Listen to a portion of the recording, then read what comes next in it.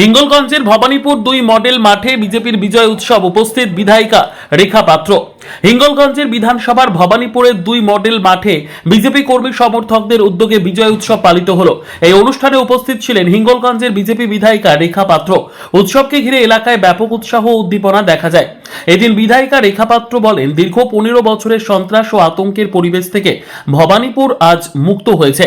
তার দাবি, একসময় এই এলাকা তৃণমূলের সন্ত্রাসের আতুরঘর হিসেবে পরিচিত ছিল এবং সাধারণ মানুষ দীর্ঘদিন আতঙ্কের মধ্যে জীবন কাটিয়েছেন। বর্তমানে সেই পরিস্থিতির পরিবর্তন ঘটেছে বলেই মানুষ শান্তিপূর্ণভাবে বিজয় উৎসবে অংশগ্রহণ করতে পেরেছেন।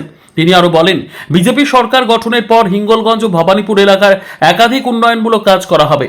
পাশাপাশি আগামী দিনে বিজেপি কর্মী সমর্থকদের সংগঠন আরো শক্তিশালী করতে বিশেষ উদ্যোগ নেওয়া হবে বলে ভবানীপুর মাঠে এদিনের বিজয় উৎসবে বিপুল সংখ্যক বিজেপি কর্মী সমর্থকের উপস্থিতিতে গোটা এলাকা জনসমুদ্রে পরিণত হয়। বিজেপি প্লাগ বাঁধা যেত না এবং সনাতন ধর্মের যে গেরুয়া ধ্বজ তাকেও কিন্তু বাঁধা যেত না, কিন্তু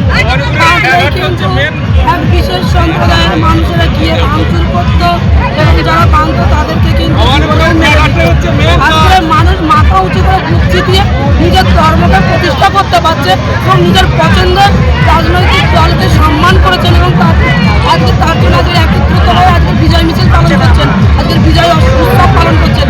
এটা থেকে সত্যি ভারতীয় জনতা পার্টি আমরা সকলে এই হিঙ্গলগঞ্জবাসী আমরা লড়াই করে আজকে এই হিঙ্গলগঞ্জে বিজেপি ভারতীয় জনতা পার্টিকে প্রতিষ্ঠা করতে পেরেছি।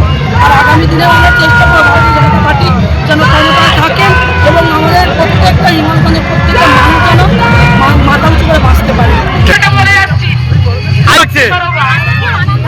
আপনাদের শক্তি আপনার নাম পরীক্ষা এই ধর্মভাবে বারবার নিয়ে নেওয়া আপনার নাম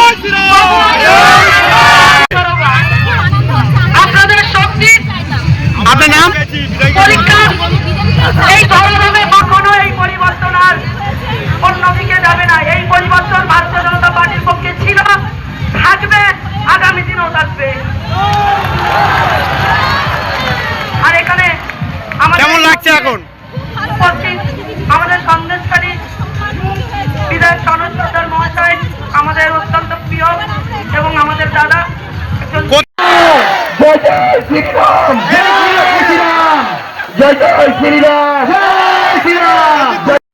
সাউন্ডের মধ্যে সমস্ত বিরোধী দল এবং সর্বোপরি সমস্ত সংখ্যালঘু সম্প্রদায়ের ২ নম্বর মন্ডলের পক্ষ থেকে এবং আমি আমার পক্ষ থেকে সবাইকে শ্রদ্ধা জ্ঞাপন করছি এবং আহ্বান জানাচ্ছি।